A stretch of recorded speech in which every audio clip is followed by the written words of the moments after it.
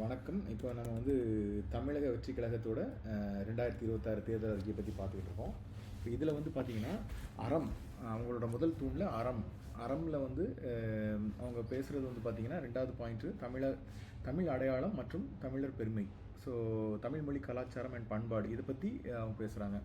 So அறத்தின் சார்பில் அவங்க பேசும்போது தமிழர் பாரம்பரியம் மற்றும் நாகரிகத்திற்கான நிதிநிலை அறிக்கை.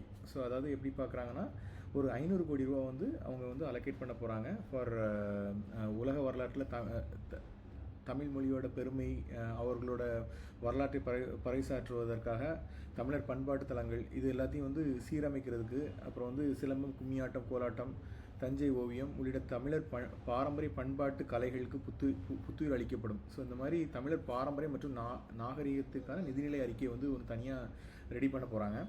அதே மாதிரி வந்து பார்த்திங்கன்னா தொல்லியல் அகழ்வாராய்ச்சிக்காக வந்து அவங்க இன்னும் ஒரு எஃபர்ட் போட்டு 10 தலங்களில் தொல்லியல் ஆராய்ச்சி தொடர்ந்து அவங்க வந்து ப்ரொசீட் பண்ணுவேன்னு போட்டிருக்காங்க. அதோடு சேர்ந்து அவங்க வந்து யுனெஸ்கோ உலக பாரம்பரிய சிம்பல் வந்து கீழடி ஆதிச்சநல்லூருக்கு வாங்கி தருவேன்னு சொல்லியிருக்காங்க. அதோடு சேர்ந்து பார்த்திங்கன்னா மதுரையில் தமிழர் நாகரிக அருங்காட்சியகம் ஒன்று உருவாக்கும்னு சொல்லியிருக்காங்க. அது வந்து சர்வதேச தரத்தில் தமிழர் நாகரிக அருங்காட்சியகம் பண்ணுவேன்னு இருக்காங்க. அது போக நாட்டுப்புற கலைஞர் நலன் மேம்பாடுன்னு சொல்லி, ஸோ நாட்டுப்புற கலைஞர்களை வந்து ஊக்குவிக்கும் விதமாக அவங்களுக்கு வந்து பல்வேறு ஸ்கீம், அதில் முக்கியமான ஸ்கீம் வந்து பார்த்திங்கன்னா வருஷத்தில் 100 நாள் வந்து நாட்டுப்புற கலைஞர்களுக்கு வேலைவாய்ப்பு கிடைப்பது உறுதி செய்கிற மாதிரி சொல்கிறாங்க. ஸோ அது போக அவங்களுக்கு தேவையான கருவிகள் வாங்குவதற்கு 15,000 ரூபா வந்து நிதி உதவி பண்ணப்படும் சொல்லி போட்டிருக்காங்க. அது மாதிரி நல்லா இன்ட்ரெஸ்டிங்காக இருக்குது. அப்புறம் இளம் கலைஞர்களை ஊக்குவிக்கிறதுக்காக வந்து ஆண்டுக்கு 25,000 உதவித்தொகை. ஸோ புதுசாக அதில் கலைஞர்கள் வர்றதுக்காக அவங்களுக்கு உதவித்தொகை 25,000 கொடுப்பேன்னு சொல்லியிருக்காங்க.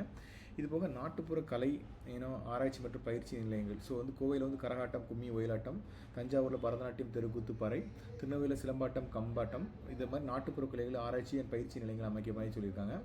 இது போக பாரம்பரிய விளையாட்டு மேம்பாட்டு திட்டம். ஸோ வந்து பார்த்திங்கன்னா வந்து ஜல்லிக்கட்டு போட்டிகள் நடத்த வந்து 5 லட்ச ரூபாய்க்கு மேலே உதவி கொடுப்பேன்னு சொல்லியிருக்காங்க. ஏதாவது மாடுபிடியில் உயிர் இழந்தாங்கன்னா அதுக்கு 10 லட்சம் மேலே கொடுப்பேன்னு இருக்காங்க. காயமடைந்த பேருக்கு 2 லட்சம் கொடுப்பேன்னு இருக்காங்க. ஸோ இது போக ரேக்லா ரேஸ் நடத்துறதுக்காக பிரத்யேக மைதானங்கள் அமைச்சு கொடுப்பேன்னு சொல்லியிருக்காங்க. ஸோ இது போக சிலம்பாட்ட போட்டிக்கு நடத்த வருடத்துக்கு 5 கோடி கொடுப்பேன்னு இருக்காங்க. இது போக திருக்குறள் வளர்ச்சி திட்டம் சொல்லி 300 குறளை ஒப்பிச்சுன்னா அதுக்காக ஒரு சிறப்பு பரிசு திட்டங்கள் சொல்கிறாங்க. 1300 குறளையும் ஒப்பிச்சாங்கன்னா வந்து அது அவங்களுக்கும் வந்து பார்த்திங்கன்னா நிறைய ரெக்கக்னேஷன் கொடுப்பேன்னு சொல்கிறாங்க.